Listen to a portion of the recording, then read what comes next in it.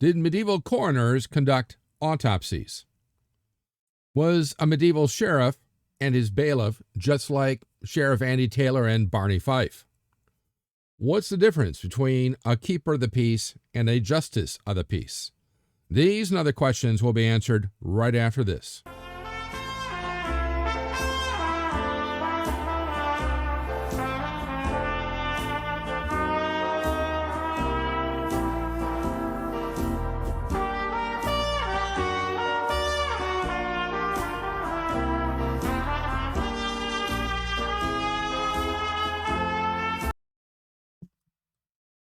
I am Professor Jerome Markenberg, and I've been teaching a wide variety of history courses at colleges across this country for the past 30 years.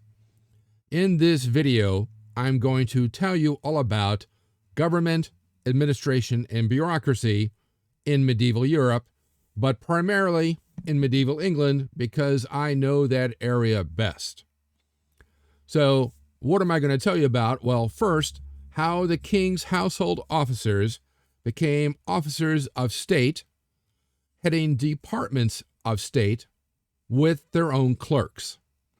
Secondly, I'm going to tell you about the chief officers of the realm, their qualifications and their duties, including the Chancellor, the keeper of the Great Seal, the keeper of the Privy Seal, the treasurer, the Earl Marshal, the Constable, the Master of the Horse, and the Keeper of the Wardrobe.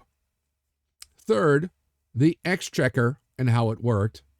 And finally, fourth, the duties of local officials, including the Sheriff, Bailiff, Tithingman, Coroner, Arrayer, Escheator, the Keeper of the Peace, and the Justice of the Peace. At the end, I'll have the wrap-up quote on this video. But first, make sure to click like, share, and especially subscribe, and that little bell thingy, so it can continue to bring you more great videos just like this one.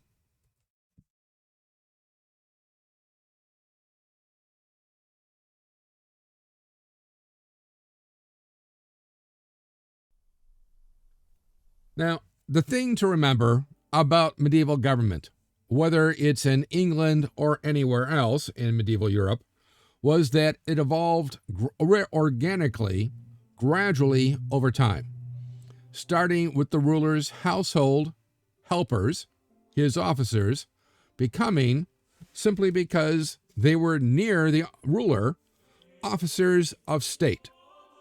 And over time, these officers were assigned more and more duties, some having little to do with the original job, but assigned since, after all, someone had to do it, occasioning more and more clerks to help them do the job. When situations demanded it, new officers of state were created, each having their own duties and jobs and obligations and clerks. And then, of course, new duties would be added as before, simply because, well, these new officers, well, like the old officers, they were there and someone had to do it. And so the cycle continued. But there was never any plan from the start to create a rational, organized bureaucracy with defined areas and duties and lines of authority. If only it would have made everyone's job, including theirs and historians of today, much, much easier. We start at the top, the man next to the king, the Chancellor. So, next to the king, the most powerful official in any medieval state was, as I said, the Chancellor, who, at least throughout most of the Middle Ages, was always a cleric, a clergyman, as the Chancellor needed to be literate as he ran the king's writing office. And this office is normally known as the Chancery, staffed by clerics, other clergymen, who wrote and read all correspondence, missives, orders, writs, decrees, what have you. And since the Chancellor thus saw all governmental doings he functioned, in effect, as a prime minister.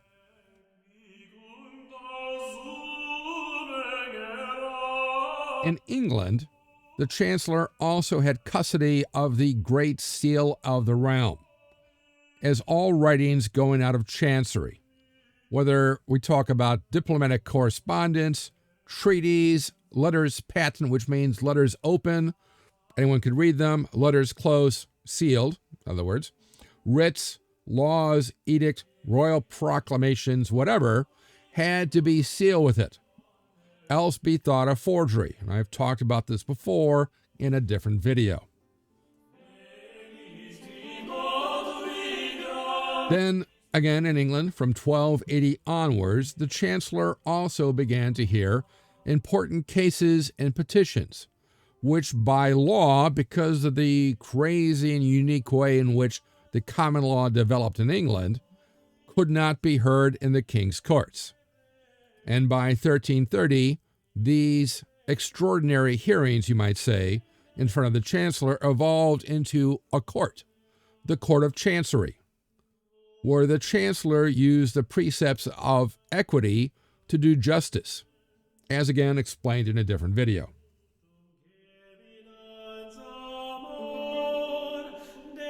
As the seat of government, including the Chancery, became in England fixed at Westminster because of provisions in Magna Carta, that meant when the Chancellor, who had custody of the Great Seal, was away, often with the king, it became customary to give control of the Great Seal to the Chancellor's deputy, who over time became the keeper of the Great Seal, with his own duties and clerks.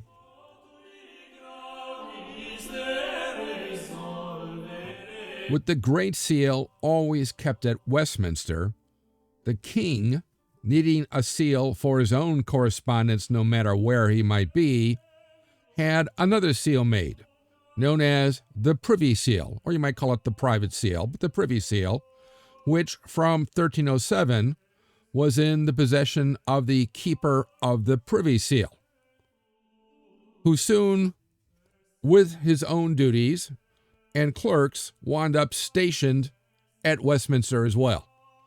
The king, after the Middle Ages ends in England, will also wind up with another seal, the Secretary Seal, for the same reason, but that's beyond the scope of this video. Below the keeper of the Privy Seal was the Treasurer, whose office became a separate department in 1126. Next in importance was the keeper of the wardrobe,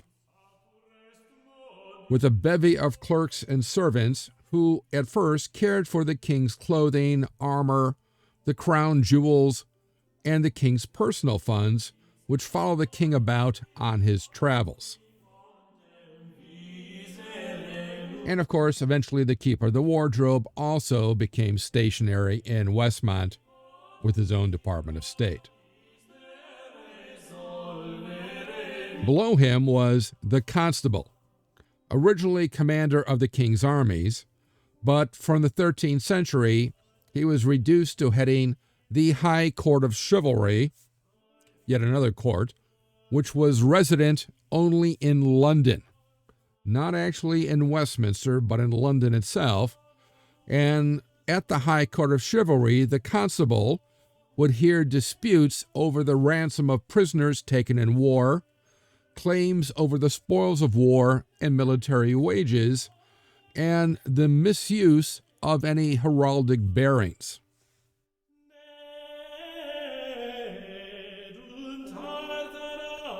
Originally, the Earl Marshal was responsible for the king's horses and stables, but from the 13th century, as the Constable wound up in charge of heraldry and such, from the 13th century, the Earl Marshal was given command of the king's army, control of coronations, and the ceremonial opening of Parliament,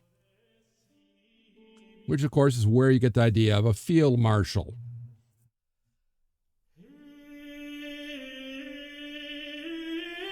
When the Earl Marshal's duties changed, a new office was created, the Master of the Horse, who took over control of the king's horses and stables, along with the king's hounds, coach houses, the stud, the mews, and the kennels, and eventually the king's cavalry. Now, in terms of the Exchequer, most kings never had enough wealth of their own to do as they pleased. Not that they didn't try, they just never had enough to go around. And in time of civil war, were often forced to give away crown lands, lands associated with the king himself, in exchange for support, or grant titles such as Earl, Count, Duke, or even Archduke.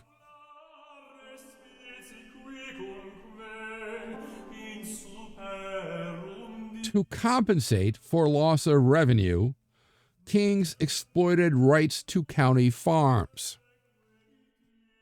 County farm is more about taxation than actual farming. Feudal dues, profits of justice. Advowsons, which is the right to appoint parish priest for a fee, of course. And incomes from vacant churches.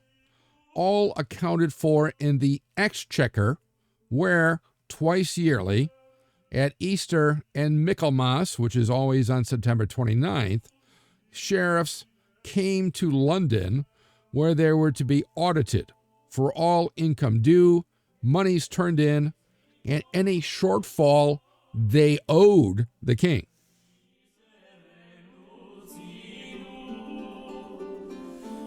Now, the Exchequer, which is essentially what you see here, was a rectangular 10 by 5 foot table, covered with a lined cloth that made it look like a giant checkerboard, which again is what you see here.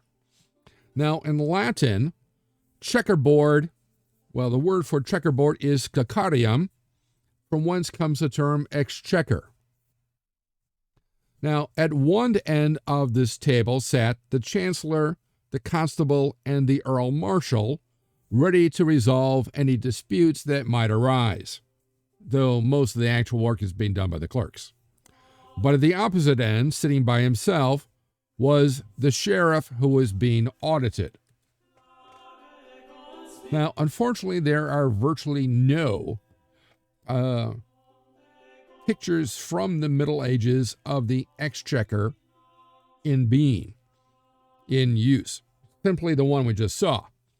But the same procedure kept going until the 19th century. So what you see here is the Exchequer in session in 1750, and again, the Exchequer table.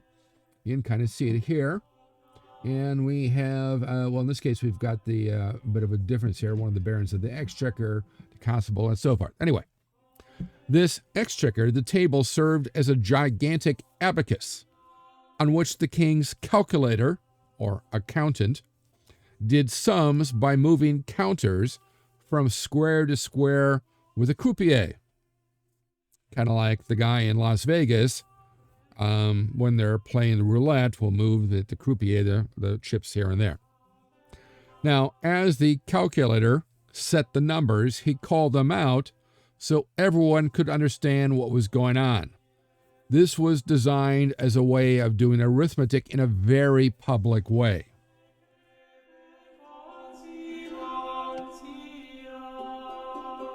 The result was recorded as tallies and pipe rolls.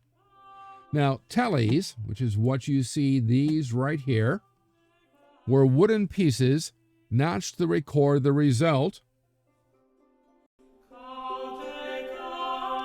Tallies, as I said here, that's these, which you see right here, were wooden pieces notched to record the result as a receipt, then jaggedly split down the middle. So each part would have to fit next to the other as a way to avoid forgery. One half was kept by the Exchequer, the other by the sheriff. And pipe rolls, which is the thing you see here, were rolled up parchment which looked like pipes, on which a master roll of accounts were kept.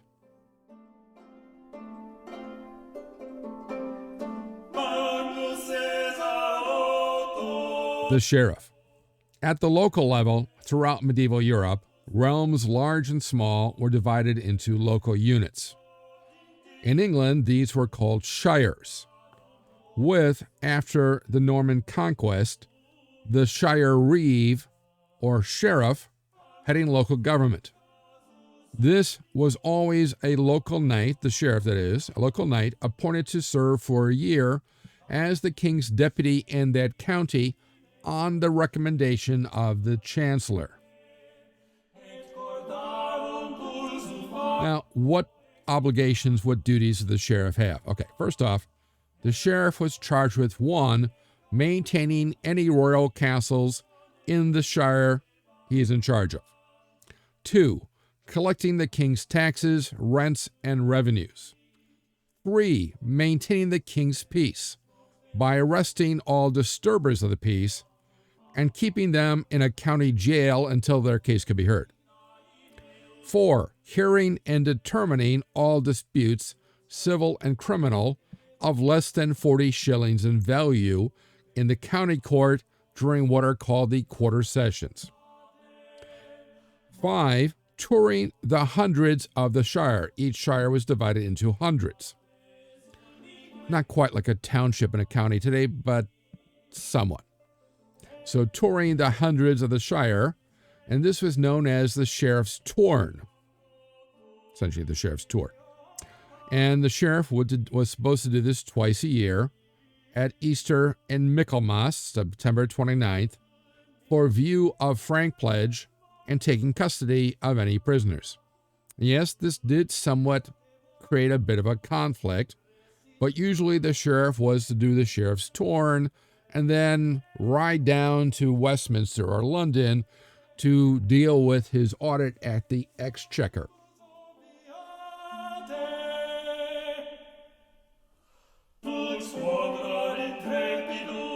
6. The sheriff was to attend the assizes, jail delivery, oia et termine commissions, and all heirs in his shire. 7. He was to execute and return all writs sent out by the Chancery. 8. He was to publicly proclaim new statutes and regulations. 9. He was to elect knights of the shire for attendance at Parliament. 10. Annually, as I said, to give a just and true account to the king and his officers in the Exchequer of all debts, rents, revenues, and profits owed the king, and any losses chargeable to the sheriff.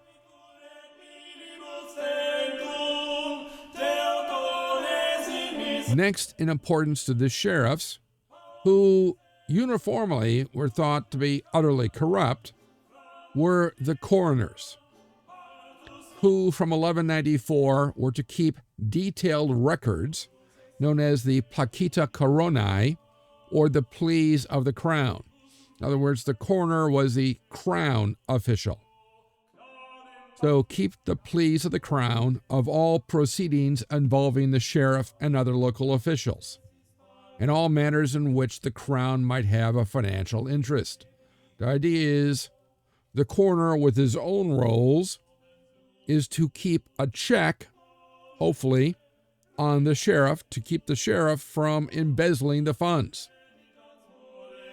So the sheriff's rolls at the Exchequer would be compared with the coroner's rolls, and usually the sheriff gets the short end of the stick, or as it turns out, the tally stick.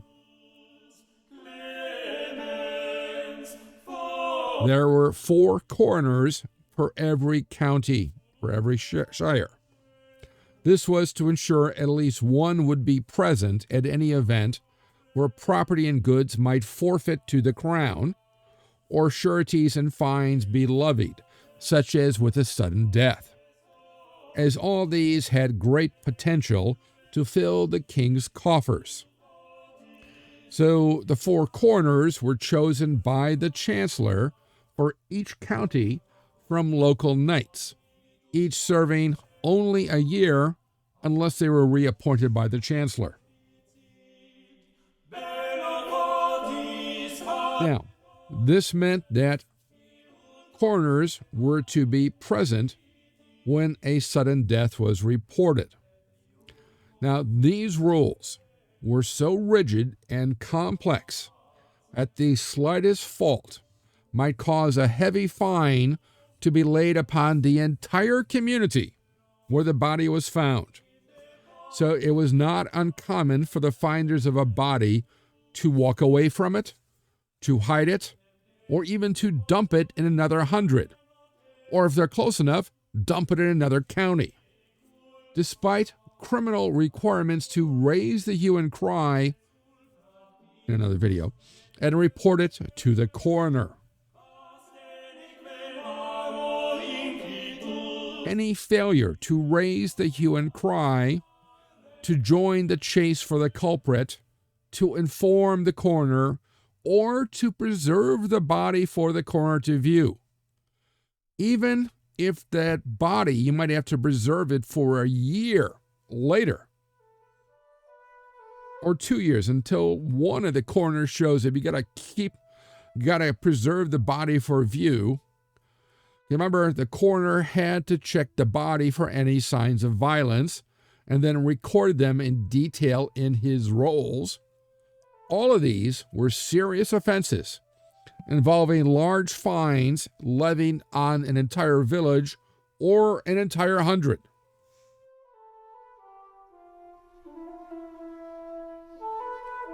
Now, once the coroner had viewed the body and recorded the details in his rolls, the coroner had, this is a requirement, had to hold an inquest, the coroner's inquest.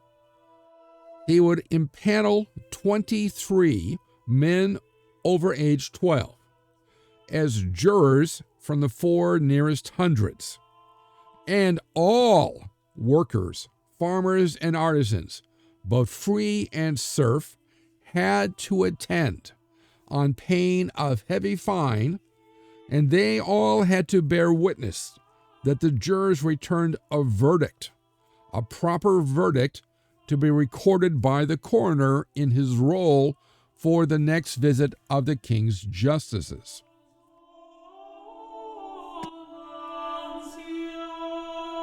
Coroners' juries also had to put a value on the death instrument.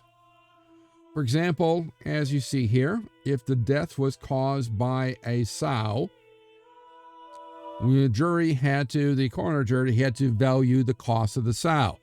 Same thing for any other animal, trees, boats, weapons, anything. And the object itself, or the animal itself, had to be kept by the coroner for presentment to the king's justices the next time they visited, that they might determine if it was forfeit to the king. It seems crazy that the king would want only, say, a tree, a small weapon, a dagger, something, but the kings were so desperate for money to run the kingdom, to initiate and fight the wars. They needed every little pence they could. Besides that, coroners also were charged to, 1, enforce abjuration of the realm, of which more later. Abjuration of the realm by those who had claimed sanctuary, along with valuing the abjurer's goods and deciding if they were to be forfeit to the king, and then record it in his rolls. Secondly, he was to inquire into all those who escaped from sanctuary and find the community, whether village, town, or 100, find the community for failing to guard the criminal and then record it in his rolls. He had to also view evidence of and inquire into any claim of rape. For example, blood-stained or torn clothing, or flow of blood from the victim's body, and then record it in his rolls. He also had to view evidence of cases of all non-fatal woundings. So he had to measure their length and breadth and placement on the body and record it in detail on his rolls, along with those who stood surety for the accused and forfeiture of bail if the accused skipped. The coroner also had to be present at any declaration of outlawry and record it again in his rolls. Another duty was the coroner again had to hold inquest, not just on dead bodies, but on slain outlaws, and send those responsible for killing the outlaw to the county court, where he ordered them to be acquitted for justifiable homicide, and then, of course, he had to record it on his rolls. The coroner also had to hear all confessions of guilt by approvers and record it on his rolls. He also had to inquire into all cases of buried treasure and its finders and record it on his rolls, with the treasure itself and the finders of the treasure held by the sheriff until the next heir, which might be a year or more. The coroner also had to inquire into all shipwrecks, as all cargo and the wreck itself was forfeit to the king, and attach such, along with any who made off with such, and recorded on his rolls. He had to inquire into fatal and non-fatal house fires and record it on his rolls. And finally, aid in any inquiry as required by the king or his justices and, you guessed it, record it on his rolls. Below the coroner was the arrayer, who was charged with arraying and training the local militia. All men, serf and free, between age 15 and 60, were subject to array and training. The next office was that of the Escheator, filled by a local knight appointed by the Chancellor to inquire into the estates of deceased tenants-in-chief. Not just any tenants, but tenants-in-chief. That is, the chief lords, bishops, monasteries, etc., who held directly of the king. So if you held of another lord who held in turn of the king, this is not about that. It's only those who hold directly from the king.